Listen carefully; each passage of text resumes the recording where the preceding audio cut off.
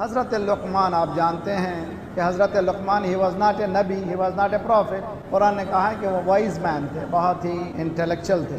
ان کی ایڈوائز ہے بچے سے، اپنے نوجوان سے، ٹین ایجر ہے، یہ جو ایڈوائز ہے وہ ہے یا بنیا، اے میرے بیٹے۔ لہجہ بھی بہت خوبصورت ہے، یعنی باپ اور بیٹے کے درمیان اتنی ریلیشن شپ اچھی ہے کہ وہ بہت ہی پیار کی گفتگو کر رہے ہیں۔ اے میرے فرزند، یا بنیا، اے میرے فرزند، انہا ان تکو مثقال حبۃ من خردل، بیٹا بی کیئرفل۔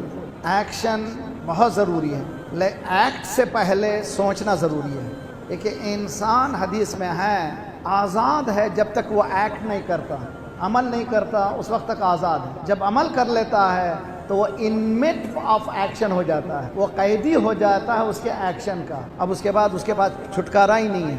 تو اسی لیے ایکٹ کرنے سے پہلے، عمل کرنے سے پہلے سوچنا چاہیے کہ میں کیا عمل کرنے جا رہا ہوں۔ جیسے بزنس میں ہوتا ہے فیزیبلٹی اسٹڈی۔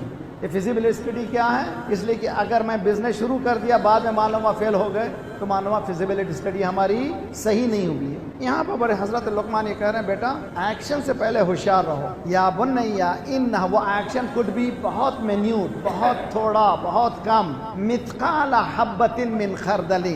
حضرت لقمان کہہ رہے ہیں be careful of your action, تمہارے ایکشن سے بہت کیئرفل رہو۔ وہ ایکشن کوڈ بھی اتنا چھوٹا ہو، اتنا مختصر ہو، مثقال حبۃ من خردل، جس کو اردو میں رائی کا دانہ، اردو میں بھی رائی کے برابر کہتے ہیں، اردو میں ایکسپریشن ہے رائی کے برابر، اتنا چھوٹا، اتنا ہلکا جو رائی کے برابر ہے۔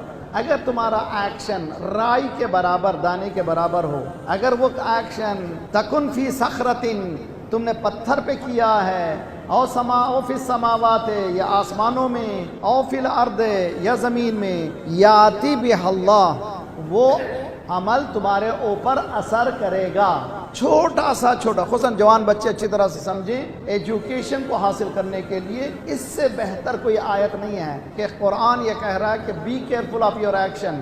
اگر انسان، نوجوان، اسٹوڈنٹ 24 گھنٹے اپنے گیجٹ کے ساتھ کھیلتا رہا، گیم کے ساتھ رہا، امتحان کی رات میں بیٹھا، تو وہ امنیہ میں ہے، یعنی امیدوار ہے کہ پاس ہو جائے گا، نہیں ہونے والا ہے۔ اس کو چاہیے یہ تمام چیزوں کو ہٹائیں، اپنے ایکشن کی طرف دیکھیں، اس لیے کہ ذرا سا وہ رانگ کرے گا اس کی زندگی فیوچر میں خراب ہو جائے گی۔ تو حضرت لقمان یہ سمجھا رہے ہیں بیٹے کو تمہارا ایکشن از ویری امپورٹنٹ، مگر وہ ایکشن چھوٹا سا، کم سے کم کیوں نہ ہو، امپیکٹ تم پہ زیادہ ہوگا۔ یہ بھی عجیب و غریب بات ہے۔ ہم لوگوں کا جو بیہیویئر ہے بچوں کے ساتھ، بلیک میلنگ کا بیہیویئر ہے۔ ہم لوگ بچوں کو، دیکھو تم ایسا نہیں کرو گے میرا نام بدنام ہوگا، میرے خاندان کا نام بدنام ہوگا، میں بدنام ہو جاؤں گا۔ قرآن یہ کہتا ہے دس از رانگ، کہ ٹھیک نہیں ہے۔ بچے کو یہ سمجھاؤ کہ تم رانگ کرو گے، پہلا امپیکٹ تم پر ہوگا۔ اگر تم غلط جاؤ گے، تم غلط محنت کرو گے، غلط کام کرو گے، کس پہ پہلا اثر ہوگا؟ تم پر ہی ہوگا۔ یا بنیا انہا ان تکو مثقال حبۃ من خردل، بیٹا ہوشیار رہو، تمہارا ایکشن بہت منیوٹ، بہت کم کیسا ہی کیوں نہ ہو، اگر تم ایکٹ کر رہے ہو آسمانوں پر یا پتھروں پر یا زمین پر، یعنی اس زمانے میں آسمانوں کا سوچتے بھی نہیں تھے، آج پلین میں پھر رہے ہیں، قرآن اس وقت اشارہ کر رہا ہے ممکن کہ انسان جو ہے گیلیکسیز میں جائے، دوسرے پلانٹ میں جائے، کہیں بھی جو ایکٹ کرے گا اس کا اثر کس پہ ہوگا؟ جو ایکٹ کرنے والا ہے، جو عمل کرنے والا ہے اس پر وہ اثر ہوگا، دوسرے پر سیکنڈری ہے۔ وہ عمل دوسرے پر، ماں باپ پر اثر ہو یا نہ ہو الگ بات ہے، لیکن پہلا کس پہ اثر ہو رہا ہے؟ اسی پر اثر۔ یہ بیس ہے ہماری گفتگو کا۔